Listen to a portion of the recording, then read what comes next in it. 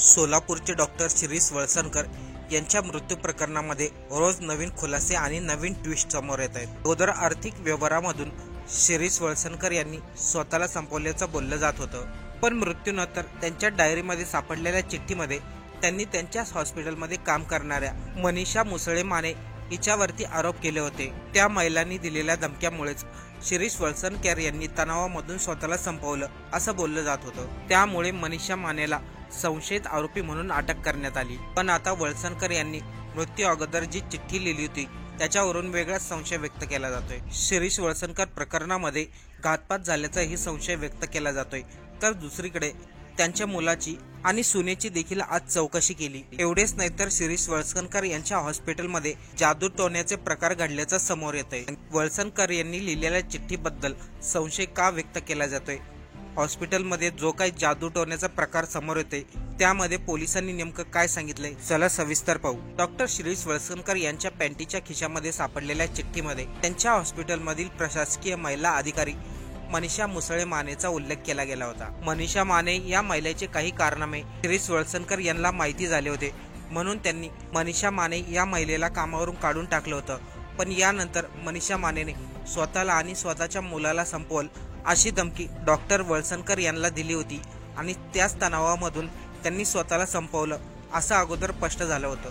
वळसणकर यांचा मुलगा अश्विन वळसणकर यांनी या चिठ्ठीच्या आधारे पोलिसांमध्ये तक्रार दाखल केली होती। त्यानुसार पोलिसांनी मनीषा मानेला अटक केली आणि कोर्टाने तिला पोलीस कोठडी सुनावली। पण आता डॉक्टरांच्या लिहिलेल्या चिठ्ठीवरच संशय व्यक्त केला जातोय।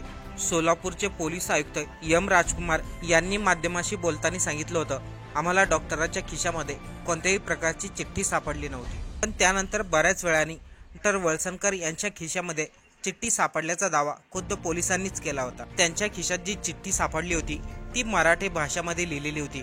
चिठ्ठी स्वतः डॉक्टर वळसणकर यांनी लिहिली होती का? त्या चिठ्ठीमधील अक्षर त्यांचंच आहे का? असे अनेक प्रश्न उपस्थित केले जात आहेत। पोलिसांकडून डॉक्टरांचं मराठी अक्षर तपासलं जाणार आहे। त्यासाठी त्यांची डायरी किंवा त्यांनी आणखीन काही लिहिलेलं मराठीमध्ये सापडते का याचा देखील शोध घेतला जातोय।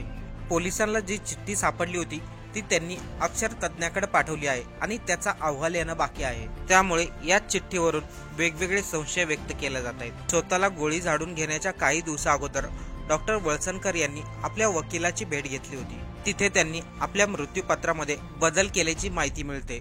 त्यामुळे डॉक्टर वळसणकर या अगोदरपासूनच स्वतःला संपवण्याची तयारी करत होते का? त्यांनी मृत्यूपत्रामध्ये कोणता आणि का बदल केला? ज्या ठिकाणी वळसणकर डॉक्टरांनी स्वतःवरती गोळी झाडून घेतली त्याच रूममध्ये सिगरेटचे 20 ते 12 तुकडे सापडले। यावरून डॉक्टर खरंच तणावात होते का याचा देखील तपास केला जातोय। दुसरीकडे एखाद्या किरकोळ व्यक्तीच्या धमकीवरून डॉक्टर एवढं टोकाचं पाऊल उचलू शकत नाही असा दावा त्यांचे मित्र आणि निकटवर्तीयांनी केला आहे।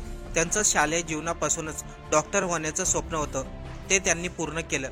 याशिवाय स्वतःच्या विमानामधून फिरण्याचं स्वप्न देखील त्यांनी पूर्ण केलं। एवढी मोठं स्वप्न पूर्ण करणारा व्यक्ती एवढं टोकाचं पाऊल उचलू शकत नाही।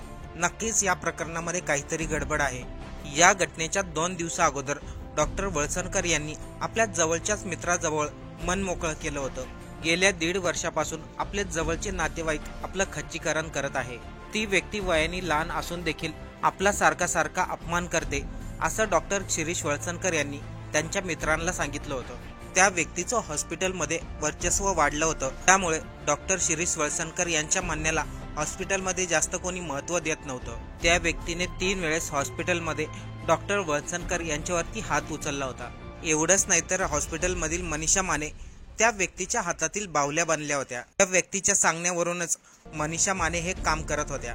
तसेच गेल्या काही महिन्यापासून डॉक्टर वळसणकर यांनी जपलेले काही कर्मचारी नाविलाजाने त्यांना सोडून गेले होते, तर काही जण डॉक्टरांच्या चेहऱ्याकडे पाहून अपमान गिळून तिथं काम करत होते। स्वतः डॉक्टरांनी हॉस्पिटलमधील काही चांगल्या कर्मचाऱ्यांना दुसऱ्या हॉस्पिटलमध्ये नोकरी मिळावी याच्यासाठी देखील पुढाकार घेतला होता। त्यामुळे मनीषा माने ही महिला फक्त प्यादा असून याचा खरा सूत्रधार दुसरा कोणीतरीच आहे। पोलिसांनी डॉक्टर वळसणकर, मनीषा माने या दोघांचाही मोबाईल जप्त केलाय। या दोघांच्या मोबाईलमध्ये बरंचसं काही दडलेलं असावं। दोन्ही मोबाईल पोलिसांनी तपासणीसाठी पाठवले आहेत। याच्या सर्व डिटेल्स आल्यानंतर डॉक्टर वळसणकर यांच्या प्रकरणातील मोठं कोडं सुटू शकतो। एकीकडे डॉक्टर वळसणकर यांच्या मृत्यूचं कारण शोधलं जात असताना त्यांच्या हॉस्पिटलमध्ये काही जादूटोण्याचे प्रकार घडल्याचं सांगितलं जात आहे। त्यांच्या हॉस्पिटलच्या अनेक भागामध्ये लिंबू, काळ्या बावल्या अशा जादूटोणा करणारे अनेक प्रकार सापडले आहेत। या संदर्भात डॉक्टरांची सून, मुलगी, पत्नी या सर्वांचे जबाब नोंदवण्यात आलेत आणि त्याची गोपनीयता बाळगण्यात आलेली आहे।